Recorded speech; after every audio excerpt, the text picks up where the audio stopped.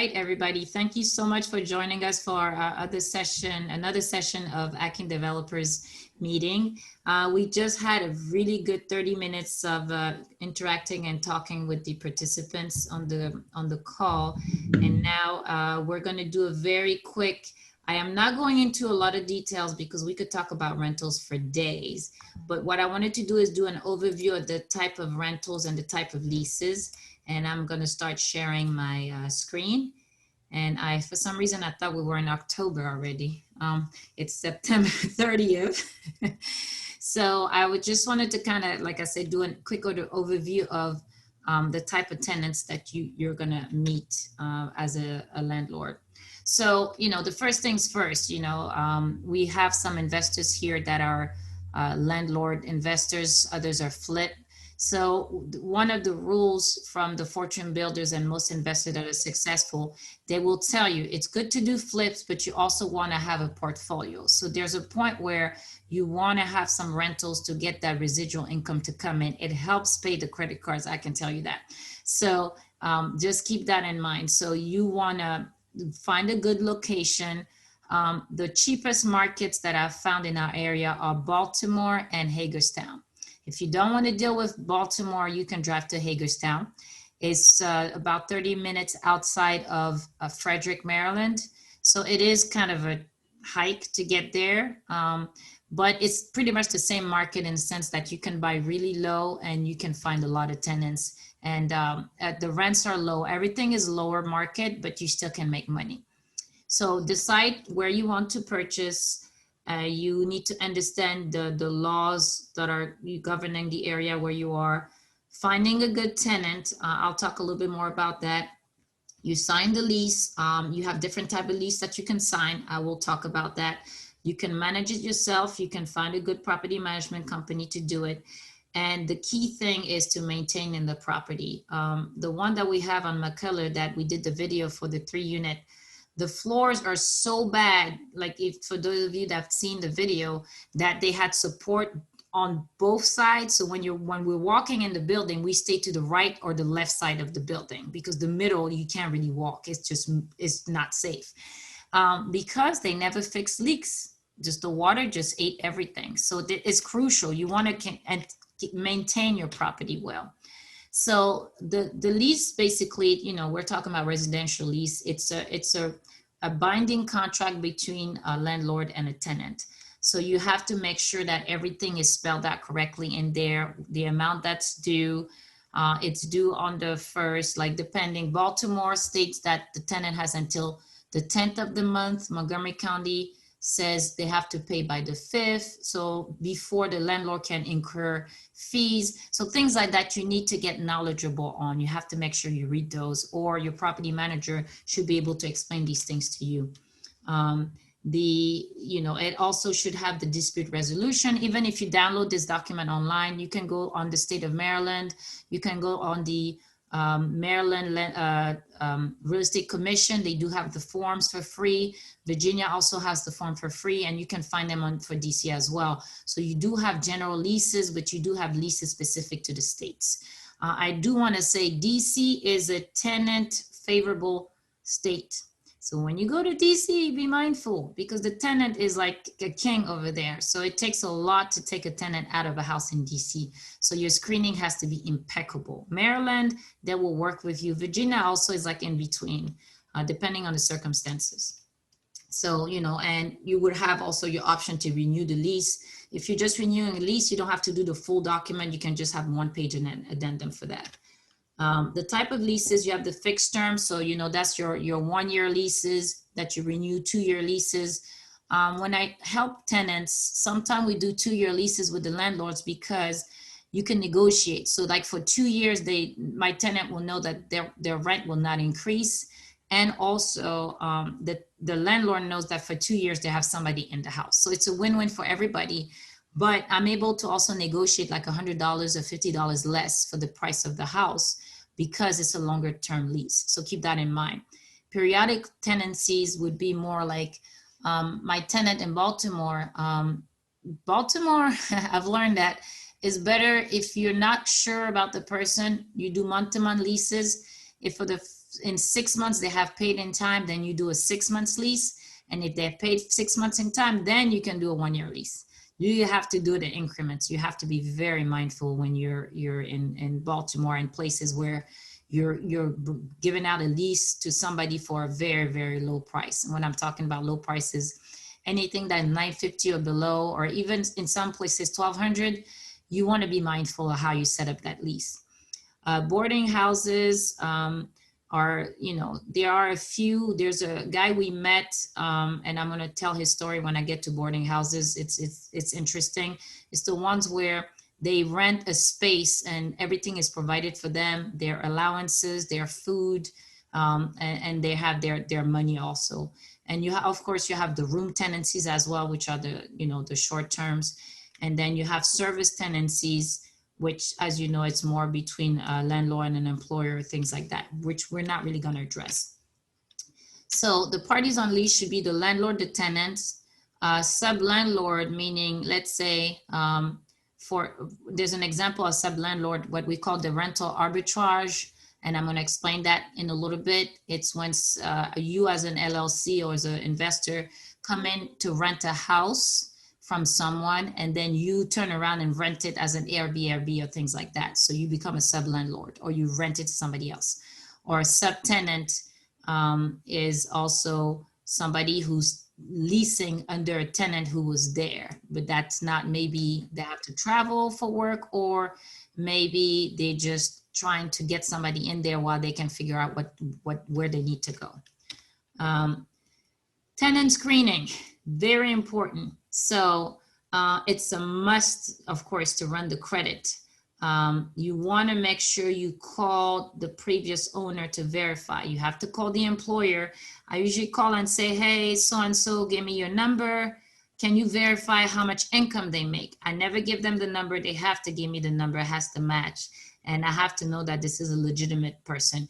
We've had people give us, between my real estate partner, Claire, and I, give a paycheck that looked legitimate, but it was a falsified document. And they had the nerve to have somebody pick up the phone, and the agent was trying to get mad at us because we were asking for questions. We're like, we can't take this document, and the agent gets all upset. That's a red flag right there, because that means the agent know what's going on, and they're like, just give me something, just have somebody write something. So you have to make sure, if it doesn't sound like if it sounds like something is not right, something is not right. You can tell right away. And the other thing that I do is I use TransUnion Smart Move. I have the list, and I'll tell you guys why.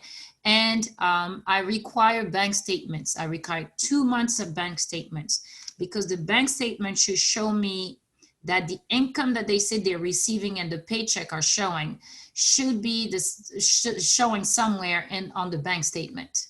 I should be able to see that in the bank statement. Otherwise, then it means they're not giving you the right information. That has saved me a lot of issues, just requiring 2 months of bank statement. So that's a must. Of course, there's rules. You cannot discriminate. It's not a handshake. Everything has to be in writing. You want to have everything in writing, whether it's text or email, especially the minute there's an issue, revert to writing, because you can always go back to it, especially if you have to go to court. It is in writing. Courts will accept text messages. You can print your messages. Isaac, can you tell the story about one of your renter that you had to make the choice between the one that was earning 35K and the one who was earning 70? Right. So the person that was earning 70,000, young man, very nice, very polite, recently divorced, lived in his parents' basement, making $70,000 a year. His bank statements were negative two months in a row. He was negative $60 and negative like $80, 2 months in a row. There's no excuse. He's separated. I understand, you live in your parents' basement, you have 2 kids, so that means you're paying child support. There's absolutely no reason for you to be negative at the $70,000, a year income with the pay stub to show it. Everything was legitimate, but that shows me that he's not responsible enough to pay his rent, and the rent will be the last thing he cares about. So I had to deny him. His credit wasn't great, but people that are separated, things happen.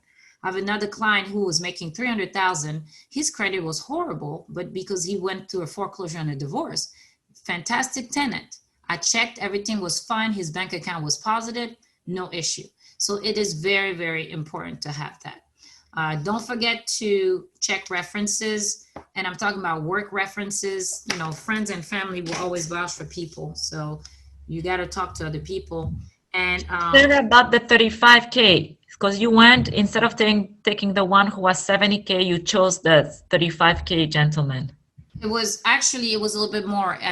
We decided to go ahead with a family because the mother was making income and the kids were assisting.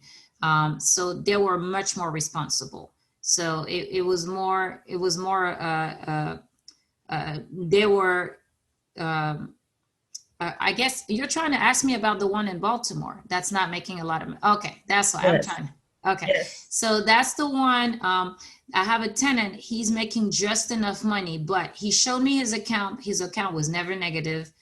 The minute, like HOC tenants, which I'm going to explain, these type of tenants that are just right on the margin of the income, when you ask them for something, they give it to you right away. You know they're going to pay attention to their rent.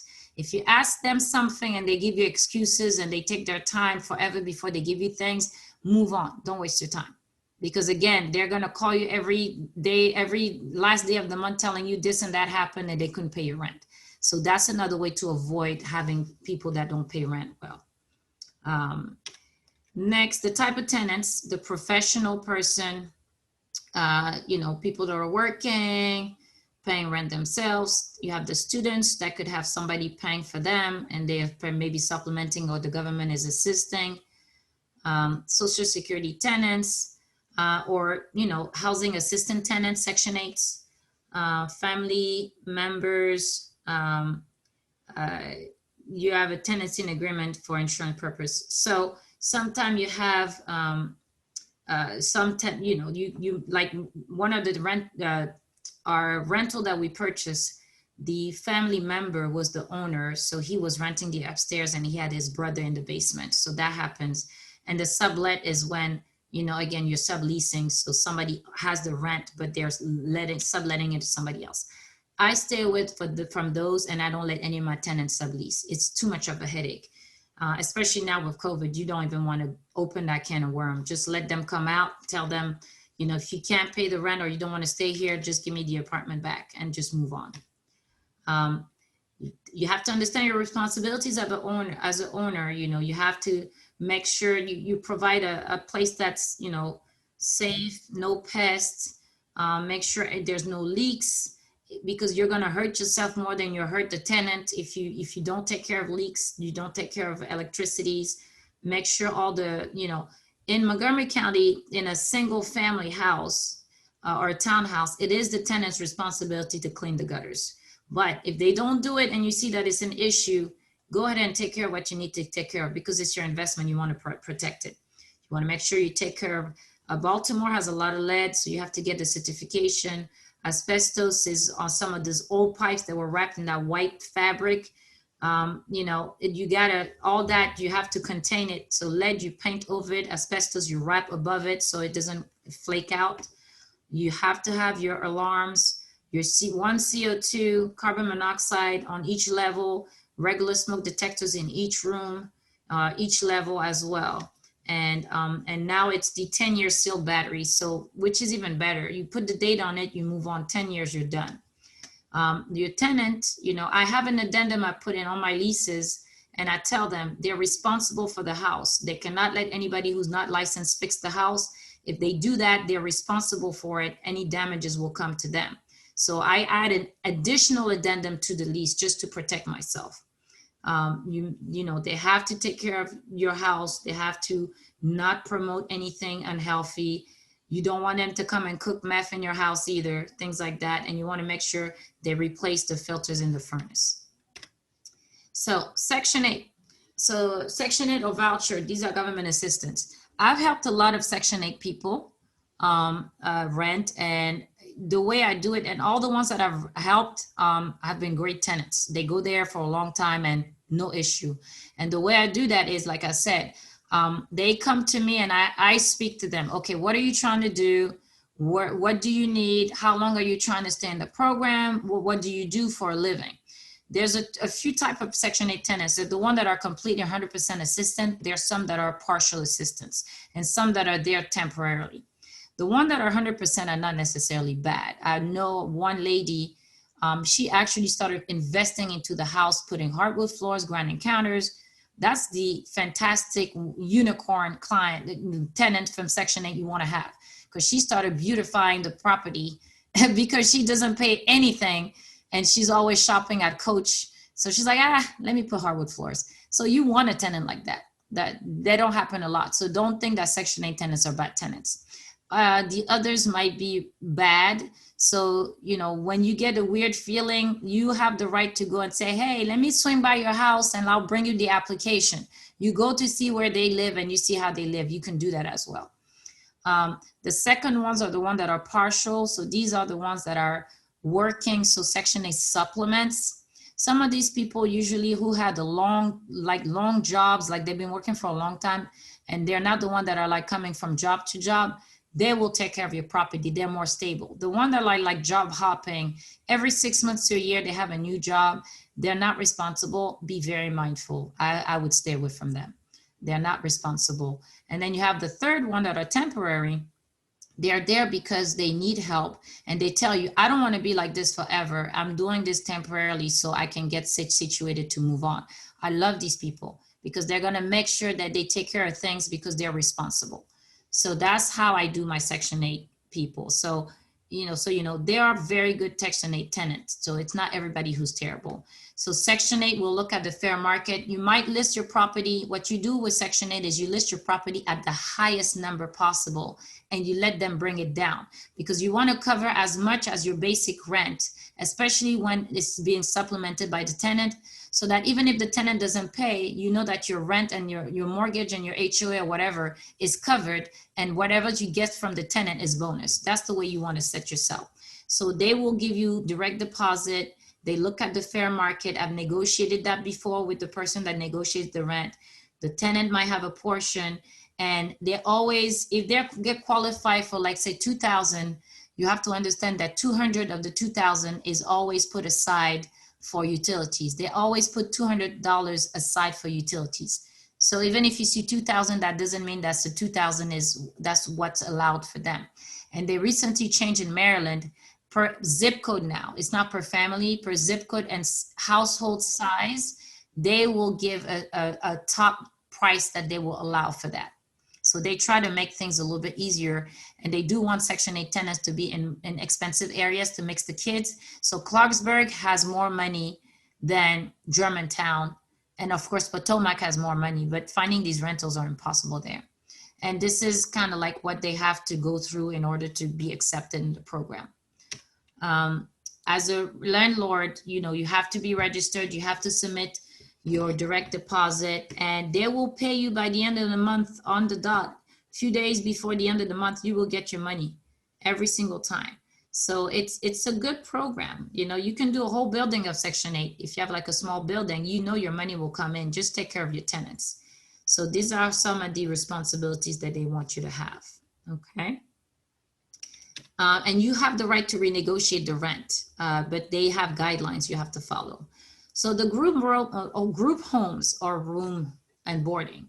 The group homes are the ones there's a lot of people that do that in Virginia. They will rent your house and they'll put like dependent care, or sometimes they do for people that are like mentally challenged or things like that.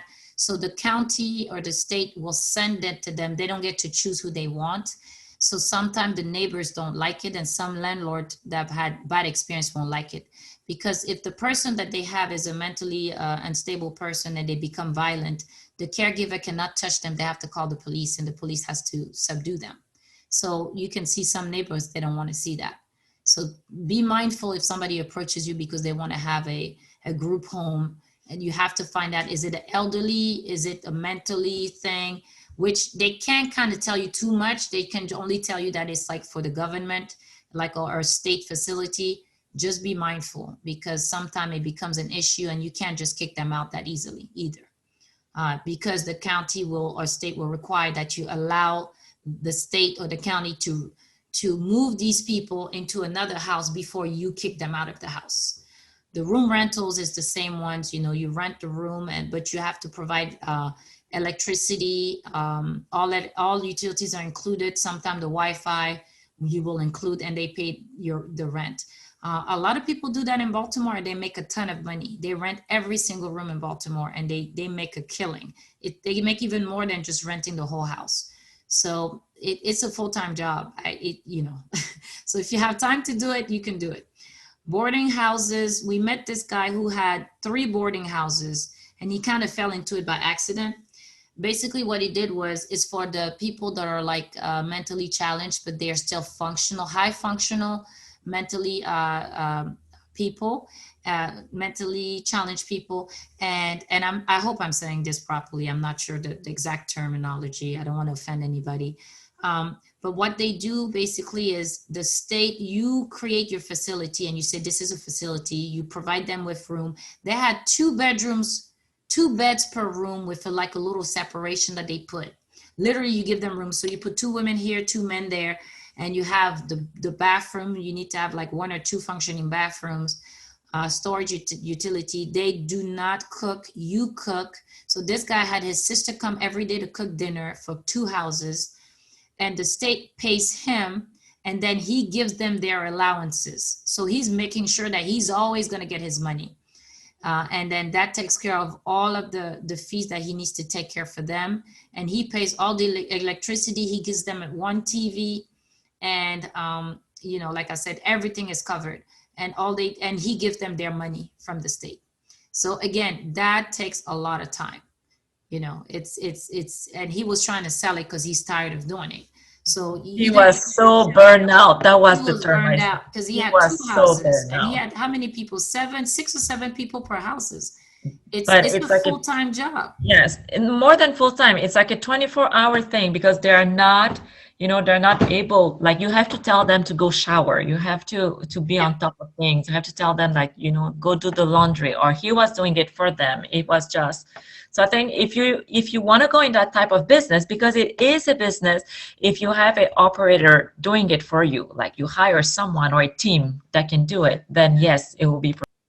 But he's making money though, because he associated himself with a facility, like a caregiver facility, and they're the one feeding him people. So he doesn't even have to look for business. He gets it. So it's worth it. But you got to figure out which one you want. So the Airbnb business, as you guys know, you rent the property or room. Everybody knows the model. And then you have the different fees. So I thought this was a good graphic to include. They took a big hit when the shutdown happened. They took a really big hit.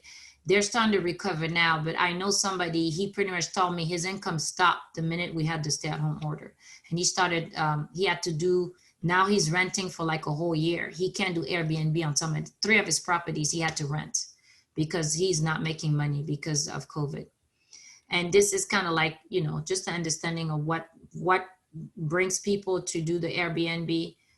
So I thought that was a good graphic. So I wanted to, usability. So the closer you are to amenities or metro, DC, or places that are people like to go for leisure, the better it is.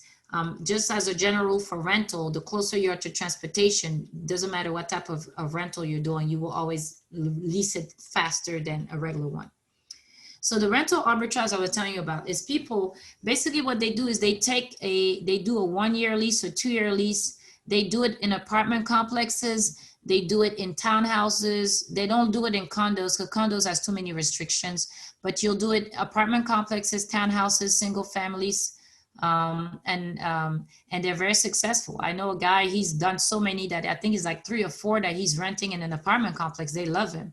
And he furnishes everything, and he rents it to traveling nurses, to IT professionals. So you give them that long-term option, and because of some of the rules, like in DC, they kind of shut down.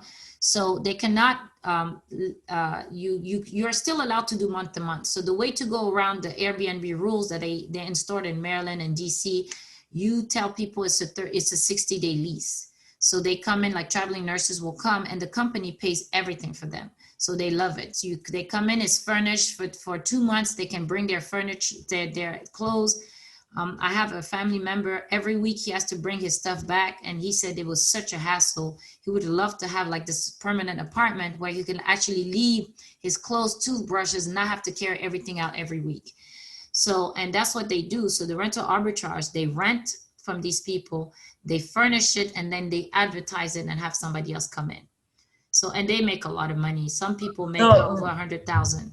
Isa and I are actually looking into rental arbitrage as well as an exit strategy, just because it's very low risk. I mean, you don't have to own the property. You don't have to, yes, you'll do like minor repairs, but like the real repairs is still the owner that does it. Yeah. And furnishing it, it's really minimal. Like, what was it? Like we calculated, I think it was, you said 2,000. Yeah. Just about 2,000, because you get a nice plush mattress. Yes. You get used furniture like sofas. You just clean them. Yeah. You get a nice size TV, and you're done. And what you're doing really, it's just you need to network with the companies that are going to send their people into your rental. There's websites. Yeah, we did a training for it, and we have the information. And we're considering our 3-unit in Madison Park area. We're considering keeping the top unit as a Airbnb like type like this, where we'll furnish. It'll be a furnished rental. So we just have 2 permanent tenants, and the top unit will have somebody who's coming in and out, and you get a ton of money. It's sometimes you make more money with them in 2 months than you get in like 6 months of renting with permanent. So this is how it works. You look for profitable areas. Usually where you see the extended stay or like furnished hotels is where you know there's the market for it. That's where you want to get into. You do the long-term lease with the landlord, you furnish it, you take the pictures, put it on Airbnb, there's other sites. Then you have as many people as possible give you good reviews. And then after that, it rents itself. So, and you take care of these tenants very well, because you get good money. Whatever they want to ask for you to do, you do it. You don't even question it. So again, it's a relationship thing, right? If you go in with the nurses, just make sure you know your clients, that what do they need? Do they need those blackout curtains because they're doing night shift and they need to sleep during the day? Do they need, I don't know, do they need to have like a gym close by? Like you have to know, or restaurant close by. So those are the things that you have to know about your client, the people that they work night shift. Do they need to have like a 24-hour like place where they can go buy food at night, or like a restaurant or snacks? You have to know your market, your clientele. Who is your client? Who you're trying to send it to. So if it's traveling nurses, all these things, yes, you want to have that. You want to make it as convenient. And that's why for some places going to an apartment complex work, because they have the gym, they might have the pool, but they have just a lot of people like to go to the gym. So they might come at odd hours as long as they have access to it. So keep that in mind. And the good thing with them is that they will come around. Like, those traveling nurses, the one after them, it's most of the time their friends or a colleague or someone that they know. The company had a good experience with you, they'll come back. We know one guy, the guy that we did the training for, he has a clean apartment. So he has an apartment across from the hospital. So people that just had like certain treatments and they have no immune system. So he rents it to them, and everything is completely sanitized and sealed. He's best believe he's making a ton of money, because like this is still, it's a niche. Hospital. It's really, really a niche. Like I never thought about a sanitized apartment. Yeah. But he's killing it. So, this is an idea for you. If you want to go into that, and this is a recession-proof business, because people always have surgeries. It doesn't matter what they're doing. If you have one of those sanitized or clean apartments, you will always have people in there. And he was telling us that it was actually his insurance that were paying it. And they were paying like $6,000, $5,000 per month.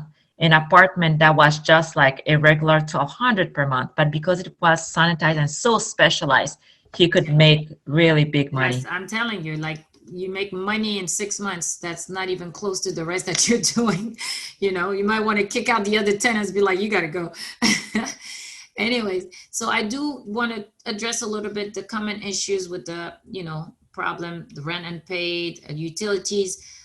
In WSSC, for most of you guys, you know WSSC. If the tenant doesn't pay the water and sewer, WSSC will then send the bill to the landlord, and the landlord will be responsible. They got tired of tenants not paying, so now they're collecting the landlord. So keep that in mind. If you're doing a multi-unit, most of the time you have to pay the water for multi-units because you cannot split the water. WSSC does not let you do that. Gas you can split, electricity you can split, water you have to pay for the entire building. So you kick up the rent to do the water, or you just tell them it's split utilities, including the water, and you can do there's a Splitwise, it's an app, and you just send a bill and you split it per person, and then everybody pays their share. All that has to be included in the rent from the beginning, in the lease from the beginning. Property damages, you have to keep in mind after 2 years, expect to have to change carpets and paint the wall. I don't like carpet. I prefer to put bamboo. Bamboo is strong. You go to Floor & Decor, you can get bamboo for $1.99 a square foot. That's what we're doing in our rental. We love it. And in order for them to damage it, they really have to want to damage bamboo. And it is water resistant. So even if they pour water before it damages it, it's going to take a lot. So I'm all for bamboo floors, and it looks nicer. So, hey, property needs repair. You have to keep up, you know, the tenant issues. If it needs repair, they don't tell you, they let it get worse. That's not good. In my leases, I put an addendum that says I have the right to come every 3 months to check for leaks and electrical issues. I don't do it. But if they keep calling me about issues, then one of these meetings with the contractor, I come and I do a visual inspection of the property. And I walk with them. It's like, is there anything else leaking? Is there issues here? You have to take the time to invest in taking care of your unit. The more you take care of it, the more the tenancy you care about the unit, the more they'll be mindful of not damaging, because they know you'll show up in a minute and try to ask them what happened and then start questioning them. And they don't like that, you know. Breach of the lease also is another issue, of course, that can happen. Possible Section 8 problems. They do inspections, but they do an inspection at the beginning, but they'll come after. If the tenant complains too much about you, they will come and do an inspection. So again, you got to keep the place the way it needs to be. So they do not do partial payments. You can only get a tenant in at the beginning of the month because it becomes too complicated. So just expect them to start at the beginning of the month, and that's it. They may give you one payment. They don't pay security deposits. The tenant has to pay it, or they have to contact social services to help them with that. Some tenants are terrible, some are great. You just gotta be, if they're on notice and they know that every 3 months you're coming, my thing is in their head, you put a seed that every 3 months you need to clean my place. So you can make sure that every 3 months your apartment is going to be cleaned. And if you have those type of tenants, but invest the time or get a property manager to do that. If it's in a building, other people might not want to come. And there is a maximum Section 8 will give you for the rental. If you do have to at the eviction process, that's another thing, you will show that they didn't pay the rent. I have one guy who didn't pay the rent, like I told you. Everything that him and I spoke about is in writing in a text message. He agreed to it. He acknowledged that he did. And he's working on trying to find a solution. Now, October comes, he's going to be 2 months late. So, but he's trying to find a solution for it, and he's keeping me updated. So that's the main thing. Communication is key. And I don't want to stress him because then he'll shut down, but I do want him to start paying something. So, you get that in the evidence, you go to court, you file. In Maryland, there's a ton of company that do it for you. Maryland, evictionsonline.com. It's not worth your time. Pay them $275, and then they tell you what the court fees are. You just pay $275, they take care of it. You don't even need to get a lawyer. There's people that specialize in that. Use them. It's not worth your time. Judgment, filing, eviction, and then the sheriff has to come and kick them out. But because of COVID, they have the moratorium, which is the dumbest thing they could have ever done. instead of telling people don't kick out tenants, give money to tenants to pay the landlords, because the landlords still have to pay the rent. So you're not helping anybody here, because then the bank will foreclose and then everybody has to still come out. So it's like a vicious cycle right now, but I did include that. I also have the links to all of this information at the end of the presentation. So you do have, these are the areas where I go check. I use TransUnion because it checks for the background, evictions, criminal background. It also checks for Social Security fraud, and it will give you insight on their income. So meaning it'll tell you, the tenant will put what they're making, but because TransUnion is one of those reports that actually checks, keep track of how much the person makes, it will tell you whether they're lying or if what they're saying about the income is correct or not correct. So I have the tenant pay for that. It's $49. They give me their email, and it's a free account that I have as a property manager. You create your free account on TransUnion Smart Move, and you send it to the tenant. He pays the $49. You don't even have to pay anything, and you get the detailed report. That's how we do it. That's how I do it. And if you want to go with property manager, you want to make sure they're able to collect the rent. They're good with the tenants. Frustrating a tenant is never the way to collect the rent. They make sure, I'm always pushing my people to upgrade, and we fight. They don't listen. And then when they do it, then they come back and thank me because they're like, you were right. I was like, I know I was right. But anyways, it's like, if you want to have, like I had a guy, he had dingy carpet, very outdated bathrooms and outdated kitchen. The kitchen was decent. I told him, put hardwood floors and upgrade at least the floors and the mirror and lights and vanities in the bathrooms. And he didn't want to do it. He wanted to rent $19.50. He got $17.50. But the minute he did those upgrades, he went straight to $19.50. We rented within 1 week.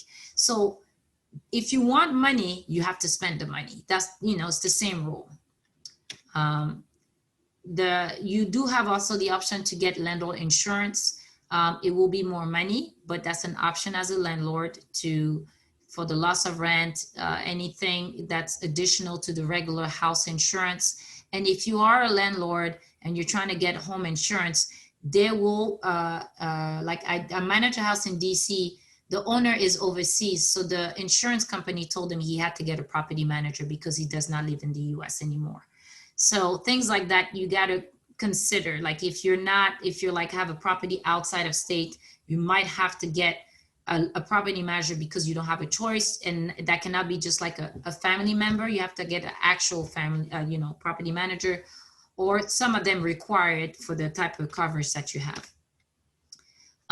You do have some optional coverage that you can get also when you have a renter landlord, and you do have the advantages of having some of these depreciations. There's a way to compute it, but again, talk to your accountant because your accountant knows what they're doing with your taxes. But keep asking, what can I deduct? What, can I deduct this? Can I deduct that? There's things you can deduct on as a landlord, but you have to be mindful. It's not a ton of it, but it will help you. Where to post rental, some of these are the ones that are very active. I do a lot on Zillow. If I put it on Zillow, it distributes everywhere else. Zillow does not do the room or efficiency. Trulia will do the room and efficiency rentals and those type of rentals. Of course, you have these. There's a lot more, but these are the popular ones for short-term rentals. And these are some of the resources, like I was saying.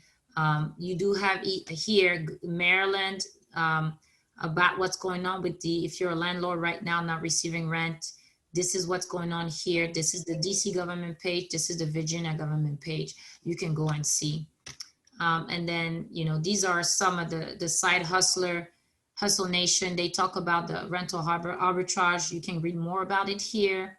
And you also have some of these people here. They do a lot with rental. It's always good to read because somebody might give you an idea that you didn't think about. And, Bigger Pockets, if you don't have a Bigger Pockets account or you don't go on Bigger Pockets, you need to. They have a ton of articles. They have a ton of investors. A lot of them are local, and it's a lot of good information there. And some of these were the UK, but it's, you know, it had, you know, rental is basic. The basic principle of rental are everywhere. And then you just match it to your jurisdiction. And this is us. I didn't want to go into too many details, like I said, because we could talk for hours. But this is just to kind of give you guys an overview and resources that are available. We're starting to get more into rentals. So if anybody has any type of questions that, you know, like I said, they would want to, specific questions, we're always available to help. We're always learning. We're asking, like Darian can tell you, when he was telling us he was doing multi-units, we just like jumped on him. Okay, tell us more.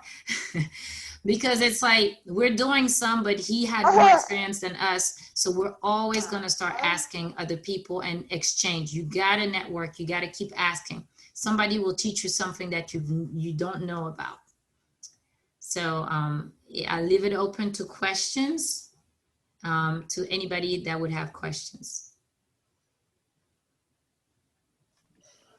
So, Isa, I want to Yes. ask, since I have some rentals, so yeah, I also use the TransUnion Smart Move. Okay. Yeah, but you told me I only can check the TransUnion Smart Move is like their credit score and how much income they have, and then like basically they cannot show us, and then they show you that that person can afford how many percent of your asking rent and something like that. So do we always need to ask for the bank statement? I always do.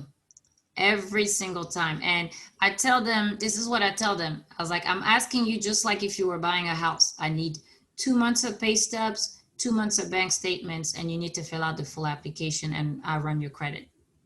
If they can't give you these basic things, don't waste your time. Because a tenant should be in your house temporarily, just because maybe they're here because of work, or they're here until they get settled and they're going to buy a house.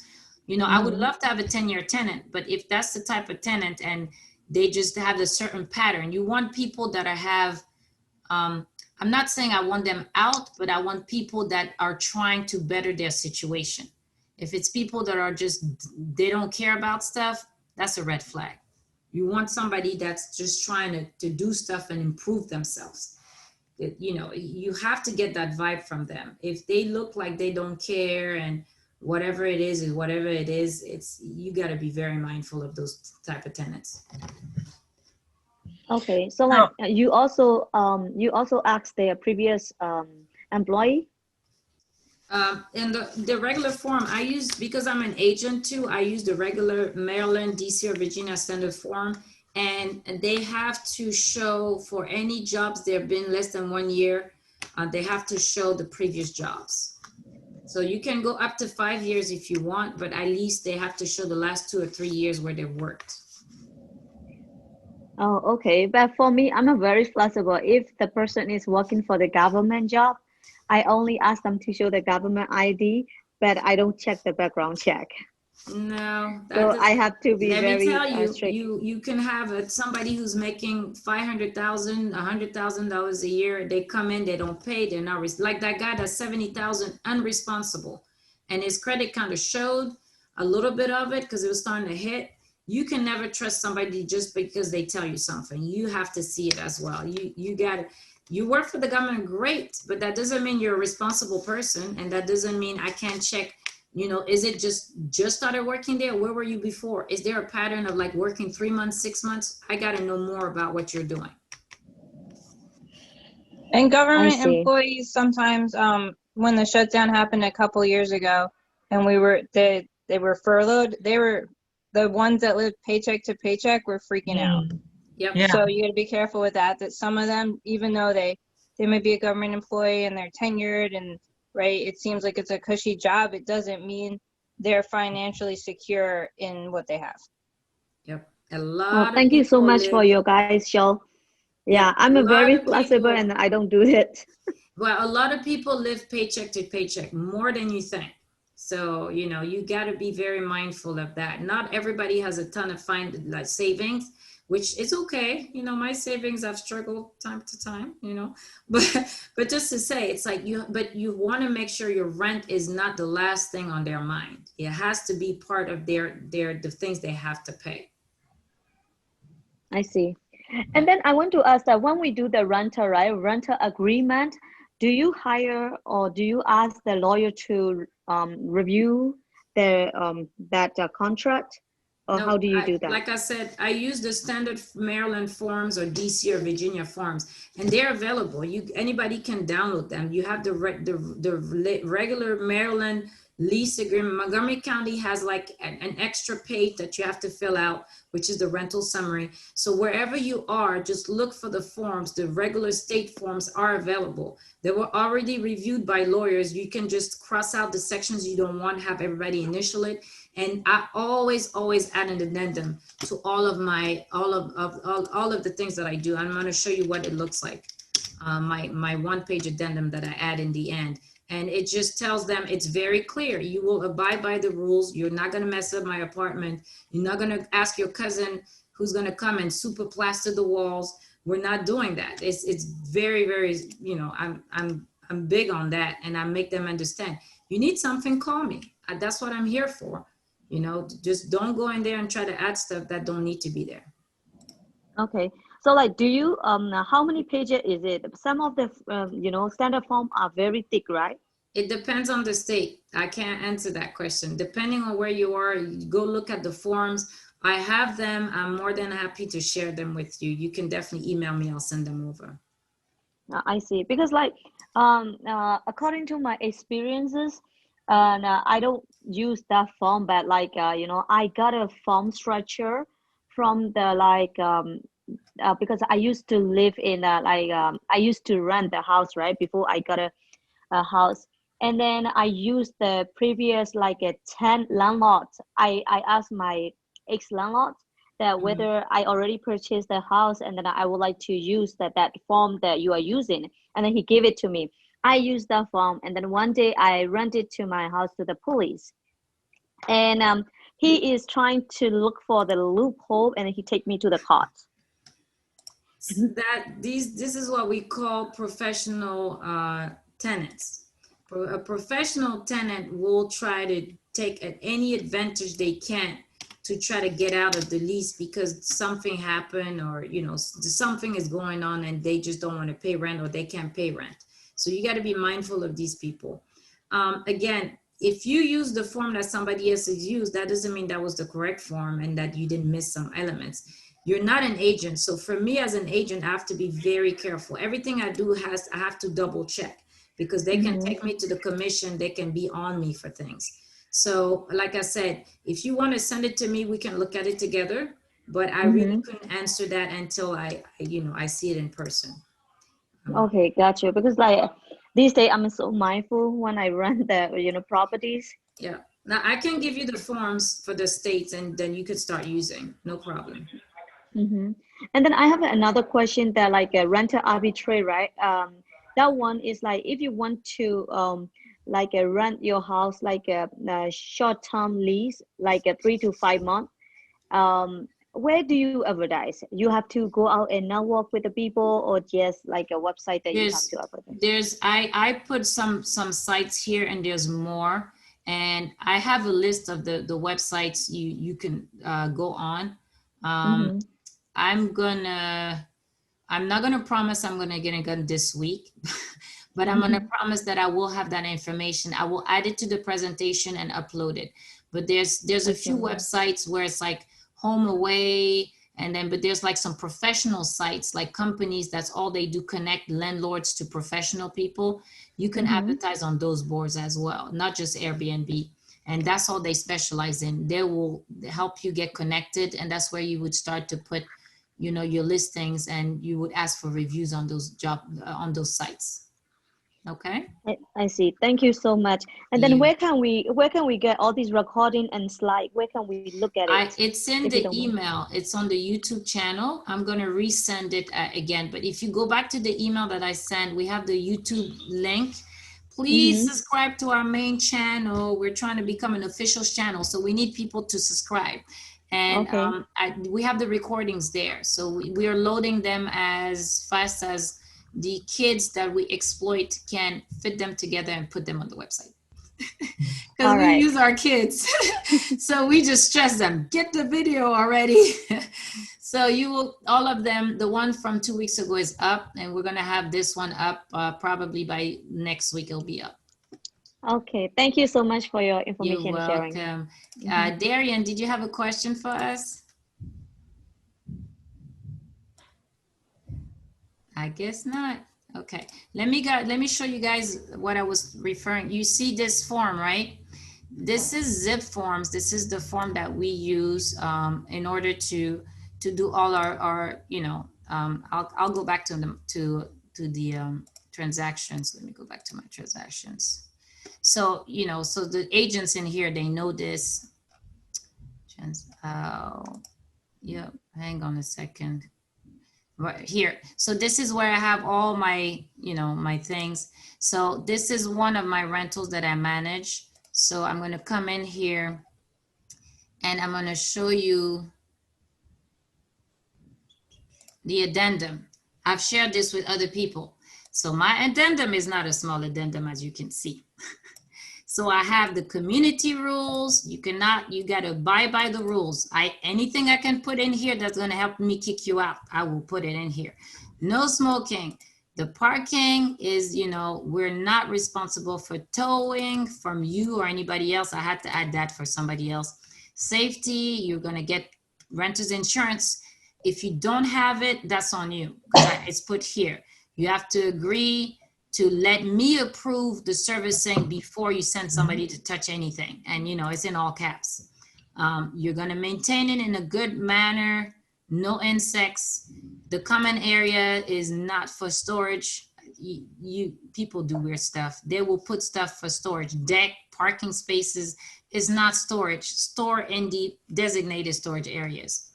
You're gonna make it available to the contractor for work, for electrical appliances. I put the repair deductible high, and if you don't like it, that's your problem. But it's right there, so that means don't break something. If you break the lease, then you can get a penalty up to 50%. So you're gonna think twice, and you sign this so I can take this to court. And you're gonna, this one had carpet, so they have to clean the carpet. This is a rental room, so I didn't have the other one that said the part about the letting me come in, because they know I come in. See, this one has the split wise. That's how they share the utilities. And they use a Google Calendar because there's a guest room on the top. So they use the Google Calendars, and then they call their friendly property manager, and here's all my information here. So I do have the one also that says that that's for another property, and it says you're gonna allow me to come in and check the property every 3 months. So I do have one that state that as well, so that they know that I'm coming every 3 months. I put them on notice, basically. So do you guys have any other questions? Can you tell us, Aisa, how you interview property management? Okay. Because not all property management are created equal. This is what we've learned. I go from the principle of the way I do things. So the way I got into, and I do a lot more than I'm supposed to, but I started property management because friends and family were not getting the service they wanted, and I was having to intervene every time. And they said, why am I paying them when you're the one doing the work? So I do a full service. So you have some that are full service, meaning whatever needs to be done, they take care of it and they don't charge you extra. And you have others that are, they still do all of it, but they might charge you. And then there's others like me. I'm one woman show. I don't do much. So if it's just, I want to have a good property that I can rent fast. I have my people that I want to bring. So if there's repairs to be done, I supervise it, and I don't charge you extra for supervising it. but not every property management company will be like that. So they have to be able to provide you the either a spreadsheet or rent, a ledger to show you how much you're making or what the fees are. I always get a $250 reserve from the beginning, because certain small things, instead of coming to you every 5 minutes for $10, $20, $50, I just have $250 and I use it. So I come from that principle. You need to be able to be a person that's going to be respectful to the tenant and respectful to the landlord. But very crucial that you have to be respectful to the tenant. The tenant at the end of the day pays your rent, so they are your client. You have to be mindful and respectful to them. The second thing is, when something is wrong, who do you use and how fast can you get here to get it done? I had a guy, he was coming in. The first time he came, he did something, the price was okay. The second time, his price didn't make any sense. I was like, I'm sorry, I can't use you anymore. And he's a property manager, but he makes a ton of money doing repairs, but his prices were just not right. So I was like, you putting on top of whatever you pay people, it's not going to work because your prices are too high. So it has to be somebody who's ethical, meaning I know of a story where this one property manager was taking the funds and telling the landlord, oh, the tenant didn't pay, but they were just taking the money away. So we're going to call references, make sure that people, can vouch for you, not just the people you give me, but the other people. We have to make sure that you're responsive. Even if you can get somebody in right away, you want to be responsive to the tenant so they know what's going on. And you want to be, which I've been guilty of because I'm busy, so I always apologize to them. And then I want to make sure that if I ask for my ledger or my account, they should be able to provide something to me within a timely manner. So that's the thing. And they should be able to know how to work with Section 8, because if it's a company that's been around for a while, they should know that. When I first started as a real estate agent, I was doing a lot of rentals.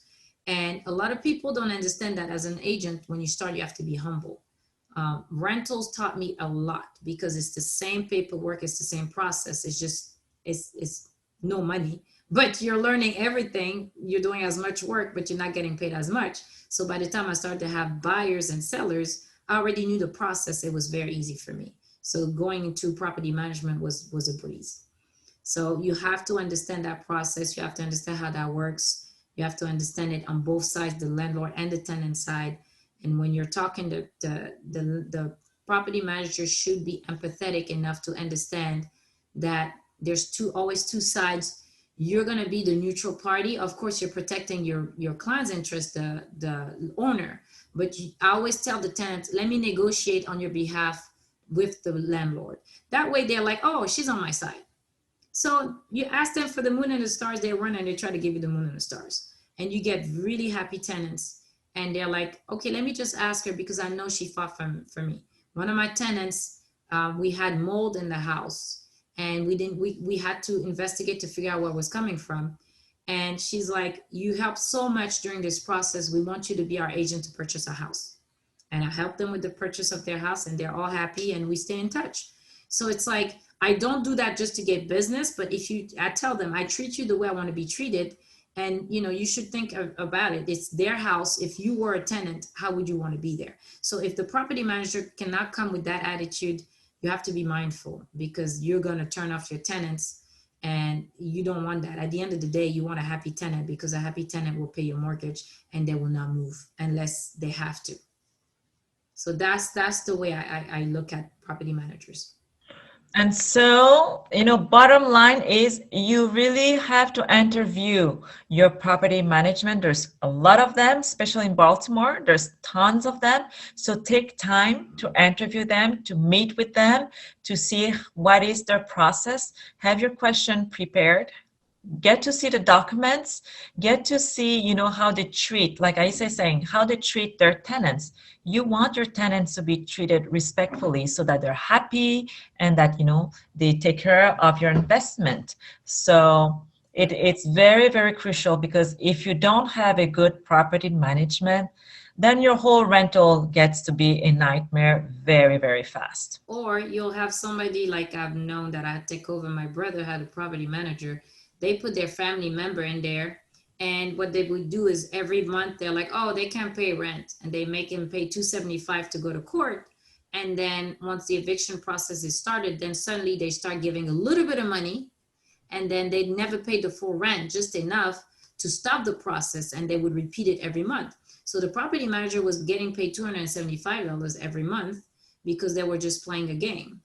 So you want to be mindful of people like that, because there's a lot of shady people, and or people sometimes they swap, they'll put their family member into one and put somebody else in another one. You want to make sure you keep track of it, especially when you have a lot of properties. You don't want people to come in and do stuff that don't make sense. So just be very mindful, build a relationship, question things at the beginning. And when things start to look different, or some start well and then and then it turns bad. So the minute things start to turn away or turn a different way, you want to be mindful. And I guess they're a little bit like, general contractors. Like if you have a lot of property, keep networking with property management. It's okay to change them. It's okay to have, More than one. Yes, more than one, because they will all kind of cap into their capacity of managing those properties. Yep. Anybody has a question? I have a question. Yes. What is a good place to find leads for rentals? Like what leads for? Yeah, what? because for instance, I'm inside in a Facebook group. It's a reseller group, so every time they pop in and say, "Hey, I have this property to sell here. If somebody's interested," or some people say, "Hey, I'm looking for properties," and they give the zip code and say, "This is my price range. If you have something, give it to me," or things like that. Is there any other way to be able to find some good properties to buy for rental? From me to you, you've been doing everything right. It's just that right now the market is so saturated. You've been, that's my perspective, but I guess you want to hear, like, if anybody else has any advice for him, because he's connected with wholesalers. He's looking at websites, and there's Facebook, there's Craigslist. Craigslist also has sometimes some things, because Mickey was able to connect with some wholesalers on Craigslist. What areas are you looking at? I'm looking in Baltimore for now, and then after that, because I'm about to start, so I'm looking for a property in a place where it's easy to get started, and then after that, actually, to be honest, I don't have any preferences, but I was told that Baltimore was the best way to start, so that's why I'm focusing Baltimore now. But if I find another place, yes, I live in Maryland. Yes. Okay, because I was gonna say, if you're on the other side, I think if you wanted to go to Virginia, you could go Fredericksburg or even Richmond. Okay, that's a good place. I can put that in my list. And also. there's some groups there.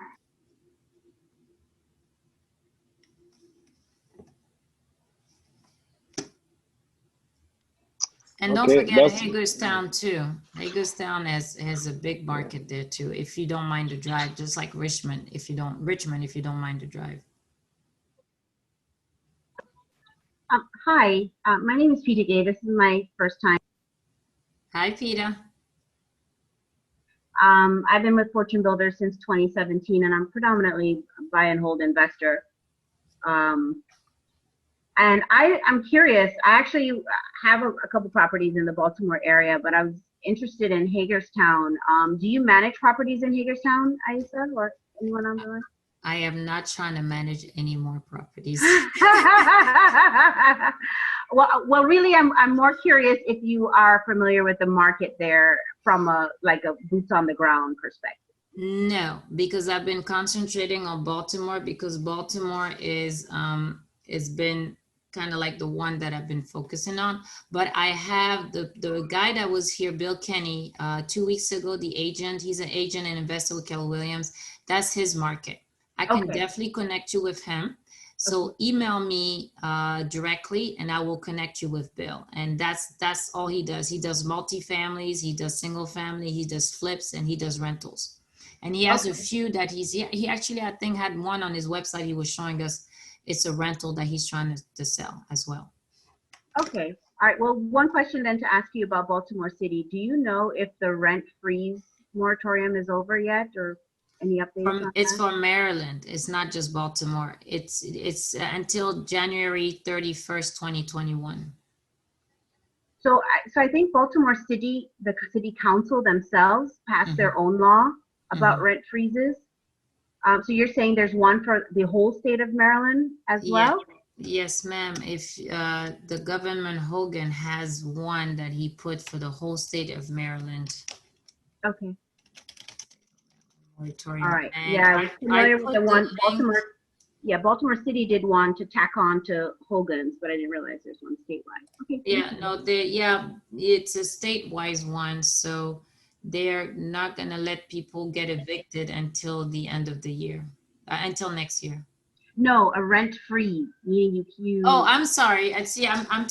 You say rent free. I'm talking eviction. I'm sorry. No, not free. Freeze.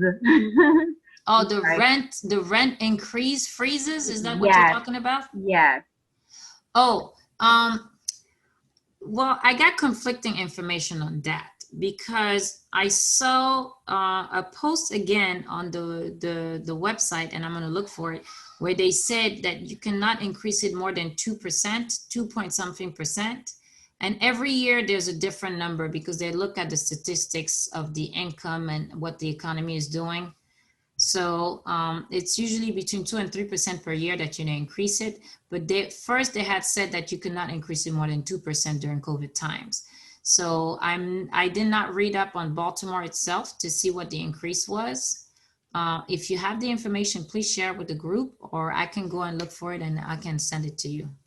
Yeah, sure. I can send what the Baltimore City did. Because what they said was if you had any rent increase planned, if you had given notice after, that was to start after Hogan's the state of emergency, I guess that was March 5th or so, then it would not take effect, and you had to notify your tenant that the rent increase would not happen, and they actually had fines in place if you did not notify your tenant in writing. Okay. So I'll be happy to share that link. That kind of took me by surprise. Right. Yeah, so because I don't know if you heard from the beginning, I was saying they put that moratorium on the rents, but they really need to help the landlord as well, because now the landlords are suffering. And at some point, there's a lot of people that are going to foreclose. A lot of investors are just dumping their portfolio. One of them said, tenants have not paid since March, just want to get rid of it. There were 2 of them. They're good rentals, but the tenants cannot pay and the tenants cannot be evicted. So a lot of the investors have just been dumping their portfolios. They don't want to deal with it anymore. Yeah, I've seen that too, putting them up for auction and so forth. Yeah. Thank you. Sure. And thank you. Anybody else? It's about that time. Usually we try to stop around 8. It's about 8:10. If anybody else has any other question for us, or can we just, if you guys have no more questions, I will stop the recording. Mickey, anything else? Well, we can make the announcement in 2 weeks. What is up subject? Is that when we have the appraiser coming? I have to confirm because they're so busy between the home inspector and the appraiser. It's going to be either a home inspector or an appraiser, because it's crucial. And that's the one thing I always tell my group. Every time we're getting ready to put a house on the market, I tell them, look at it from the eyes of the home inspector to do the last fixes, but also look at it from the eyes of the appraiser.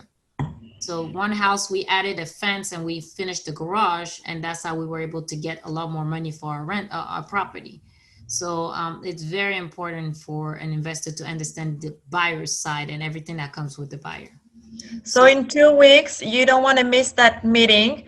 I mean, it's either the home inspector or the appraiser. Both are going to be super interesting to see their perspective and how they make their decisions, because as an investor, you want to know what's going in between their ears so that you not please them, but you are on their sides and that you know what's happening. On their good side. But yes, also when they know it's a flip, they look at it in a different way. So you have to understand that. Yes. And also, you know, the little strategies like when you have the appraiser coming from the hard money lender, how to address them, how to be with them, how to make sure that they got your vision so that they give you the after repair value that you're looking for. We Yes. had some back and forth with that also. So, Right. So we have the appraiser that I want to invite. We worked with him a couple of times. He knows the product that we do. So, and he actually started working with some new lenders that we started working with. So he does that. He does the appraisal and he does the inspection for the lender as well. So I asked him to come in October. So hopefully the home inspector can make it in 2 weeks. And then after that, 2 weeks later, will be the appraiser. and as always, you know, if you have any subject that you want to discuss, please let us know so that we can either, you know, look for the guest speaker that can come and teach us. Your ideas are always more than welcome. Yep. So thank you for coming this evening. All right. Thank you, everybody. Good night. Bye. Okay. Thank you, guys. Thank Thank you. you. Bye. Good night. Thank you. You're welcome. Bye.